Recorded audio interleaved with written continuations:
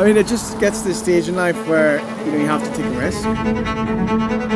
Back when I moved, I think £1,000 was an okay amount of money. But I did stay on my sister's sofa for a few weeks when I first landed, which helped free up a bit of cash. Sort of sink or swim moment for me. I was in a dead-end job in Belfast, earning less than £1,000 a month. To be sat in probably a £2 million property, which I own, is mind-blowing, to be honest, how I've been able to do it. What do you think you do day in and day out that's made you successful?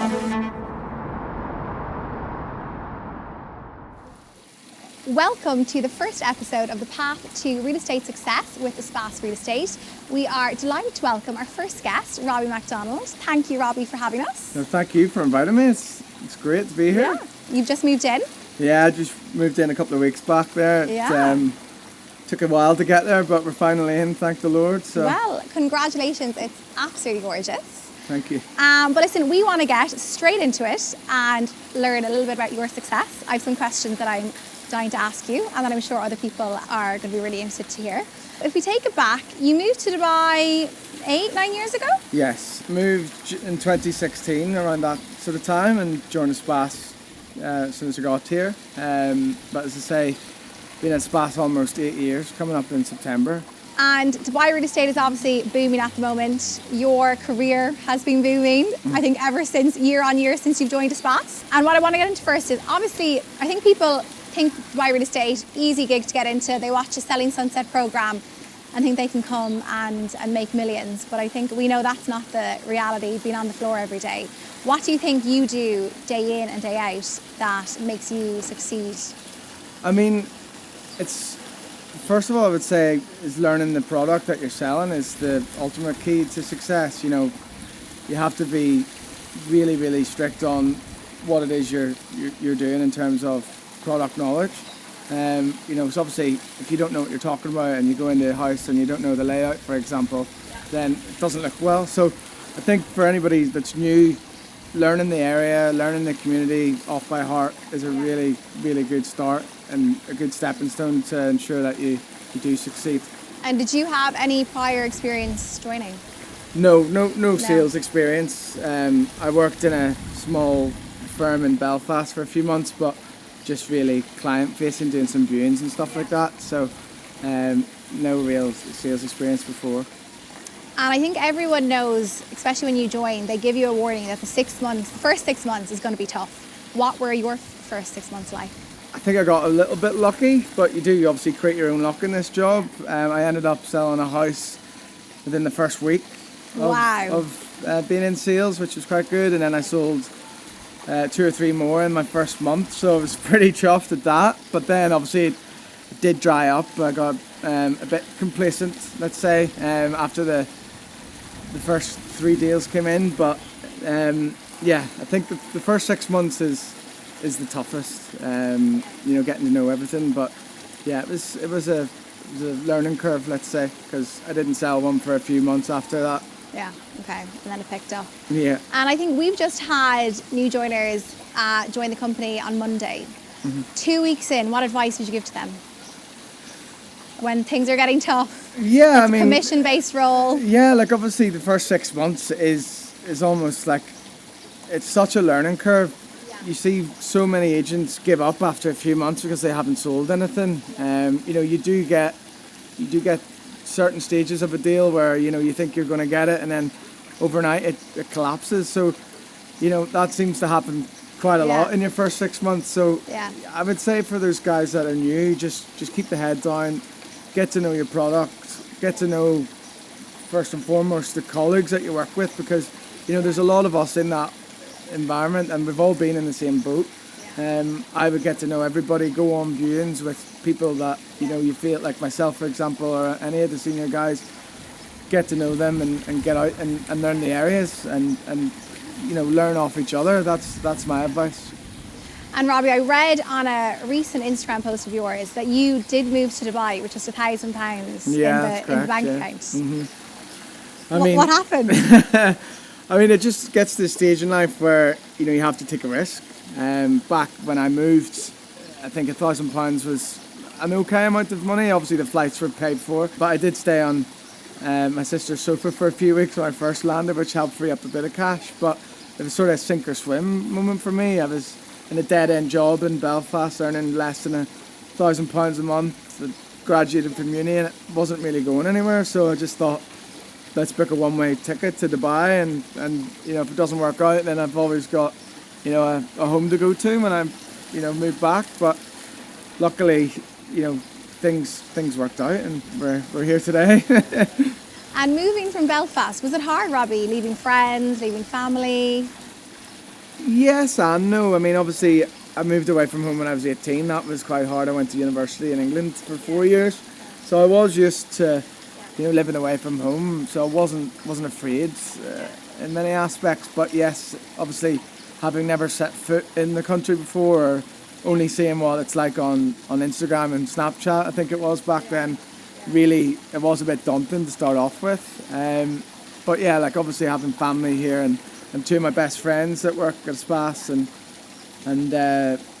quite a Northern Irish colony out here. Exactly. Especially in Espace. And the Irish, as there's loads of Irish people here, so in Espace now there's probably more Irish than the rest of them. I think that's probably the beauty about Espace as well, is that everyone that comes, everyone's an expat. Yeah, that's Lots of people don't know each other. Yeah, so. we all started at the Exactly. same induction, we all get given the same resources, so it's just what you make of it. The hours that you put in, for sure, is how things... So touching on the hours we put in, we've just said, obviously not everyone makes it in this industry. People leave the company every month because they can't hack it. What do you think you do day in and day out that's made you successful? I mean, obviously, I'm not going to sit here and say I work till 10 o'clock every night. That's not the case. But certainly at the start, I did work, pretty much 24 hours a day. Your phone never turns off in real estate. I tend to have one day a week where I, spend time with the family and the kids, but every single weekend, without fail, I'll be working on a Sunday or at least one day of those weekends. And, in real estate, and the busiest period is the weekend. So folk that come here and they like to get involved in the Dubai nightlife and the Dubai brunches and stuff like that at the start, I wouldn't say it's a good idea, because most people are off at the weekend and they want to go and see houses. So, you need to be prepared to not really have much time off at the start. But when you get a few deals under your belt and you've got a bit of money behind you, then of course go and enjoy what Dubai has to offer, for sure. But yeah. With such success, I'm guessing you get headhunted quite a lot. Yeah, quite a few times a week, to be honest. Yeah. And why do you choose to stay in Espace? I mean, I'd like to say I'm part of the furniture now in Espace. I've been there for quite some time, almost 8 years. It becomes almost like a family. Working every day. I've now got some of my best friends.